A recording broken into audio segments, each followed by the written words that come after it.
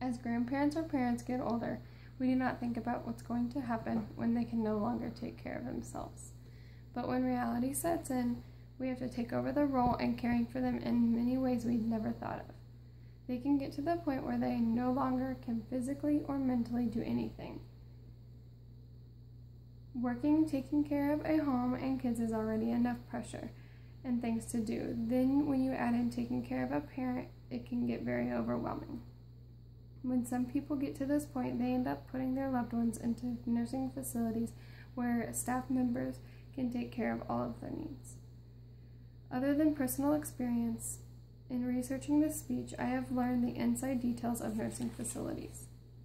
Today, I will introduce the nightmares of nursing home abuse and neglect, including types and signs, and inform you of other choices that a caretaker has. First, let's talk about the types of neglect and abuse. Elderly abuse and neglect occurs in community settings such as nursing homes and other types of long care facilities. According to National Center of Elderly Abuse, one study interviewing 2,000 nursing home residents reported that 44% said they had been abused, and 95% said they had been neglected or seen another resident be neglected. There are 7 different types of neglect and abuse, including emotional or social, physical, personal hygiene, basic needs, medical, sexual, and financial. Elders who experience abuse have a 300% higher risk of death when compared to those who have not. Expressed in Nursing Home Abuse Guide, many victims are frail and vulnerable. As a result, they are unable to protect themselves or seek needed help. Next, I will inform you of the signs to watch for. There are certain visible signs that a loved one is a victim of abuse or neglect. Behavioral changes are best identified when a nursing home patient lives close to family, friends, or loved ones, and is being visited often. According to the Nursing Home Abuse Center, they list 8 obvious signs and 5 less obvious signs to look for. The 8 obvious signs include unusual bruising or bleeding, open wounds, bed sores or cuts, burns and abrasions, sudden and unexplained changes in weight, soiling, poor hygiene, smell of urine or feces, infection, loss of hair, torn, stained, or bloody clothing or bedding.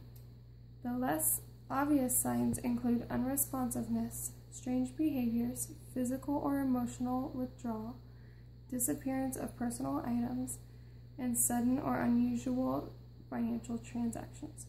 If any of these signs are noted, the first thing that should be done is notify the facility's management. The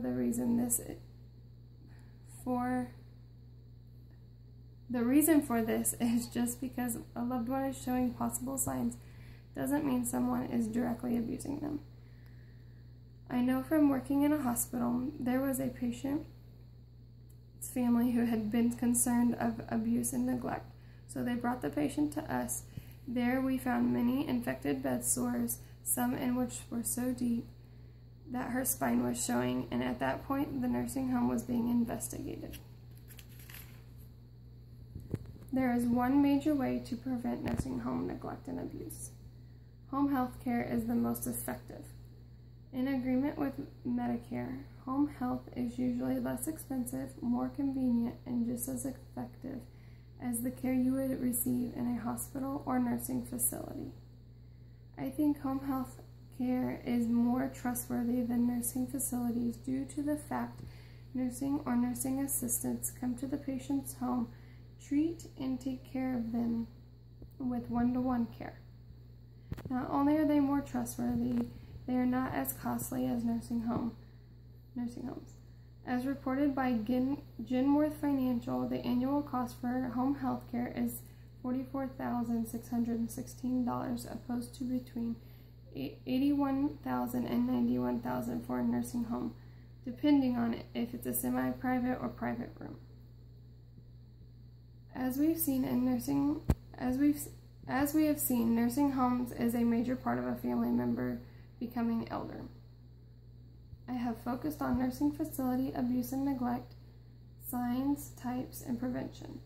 For many caretakers, nursing homes are the biggest nightmares they will ever have to go through.